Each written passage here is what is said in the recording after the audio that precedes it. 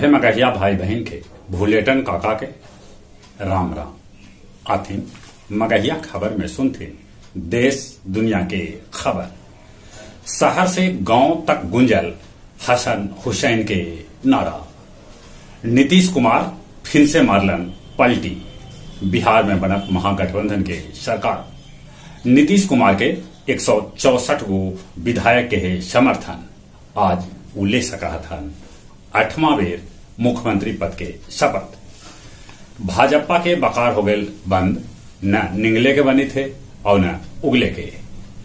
2024 लोकसभा चुनाव ले भाजपा के चुनौती देवे ले एगो नया रास्ता खुल गए। महाराष्ट्र में मंत्रिमंडल के कैल गए विस्तार।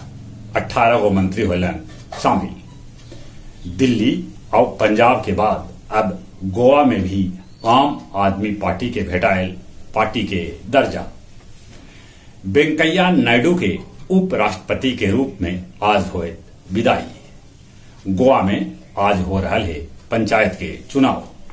सृजन घोटाला में 13 गो डीएम, 6 गो डीडीसी, 38 गो अफसर, 19 गो नाजिर से पूछताछ जल्दी कैल जाए। आईटीबीपी के जवान 17,000 फीट के ऊंचाई पर निकालन तिरंगा यात्रा। नोएडा के गुंडा नेता श्रीकांत त्यागी के 14 दिन के न्यायिक हिरासत में भेज देवल गए। पानीपत में इथेनॉल के पहला प्लांट के आज हुए उद्घाटन। सीतामढ़ी के बरहरवा रेलवे चौक पर डीजे बजावे के लेके होल झड़प, जगह में थाना अध्यक्ष के कपार फुट गए। 5 गो पुलिसकर्मी होलन घायल। पूर्व अमेरिकी राष्ट्रपति डोनाल्ड ट्रंप के घर पर FBI मारलक छापा। ईरान क्रिप्टो से आयात के दिलक है आदेश।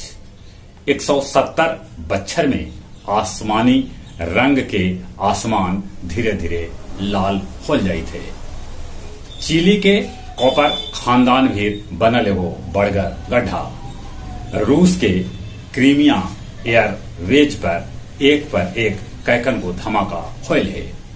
फ्रांस के राजधानी पेरिस में पड़ रहा है बेजोड़ गर्मी। तापमान 36 डिग्री के आसपास पहुंचल। गया जिला हिंदी साहित्य सम्मेलन में पुस्तकालय विज्ञान के प्रणेता डॉक्टर रंगनाथन के 131वीं जयंती मनावल गई। मानपुर के गेरे धनकुटी भीर हॉरर किलिंग में लोग प्रेमिका के जरा के मार दिलन, तब प्रेमी के लाश रेलवे ट्रैक पर फेंक दिलन। ताजिया जुलूस के दौरान फतेहपुर के डाढ़ा करबला मैदान में जम के चलल लाठी डंडा और ईंटा पत्थर। अचानक से प्रशासन बांके धाम के मेला बंद कर दे, जेकरा से आम आदमी में रोष है। बंद करेला कारण मुहर्रम के जुलूस बतावल जा रहा है। अब कुछ खेल के समाचार। क्षेत्री के 7वां बार चुनल गेल साल के सर्वश्रेष्ठ फुटबॉलर सेरेना विलियम्स दिलन संन्यास लेवे के संकेत। और राष्ट्रमंडल खेल में भारत सबला बेसी पदक कुश्ती में जीतल। 6 स्वर्ण, 1 रजत और 5 कांस्य के मिला के कुल 12 पदक कुश्ती में जीतल। शतरंज ओलंपियाड में पहल बेर महिला जीतलन है पदक। जहां तक मौसम के सवाल है, सावन तरी तो सावन लगते न है। रौदा उगा है तो कस के, पानी बरसा है तो 10-5 मिनट। अकाल के सभे लक्षण है। उन्हें देश में कोरोना तेजी से फैल रहा है। कोरोना से बचे ले हो सके तो मुंह होना पर मास्क लगाते। चली एक बार फिर से अपने सभे के भूलेटन काका के राम राम।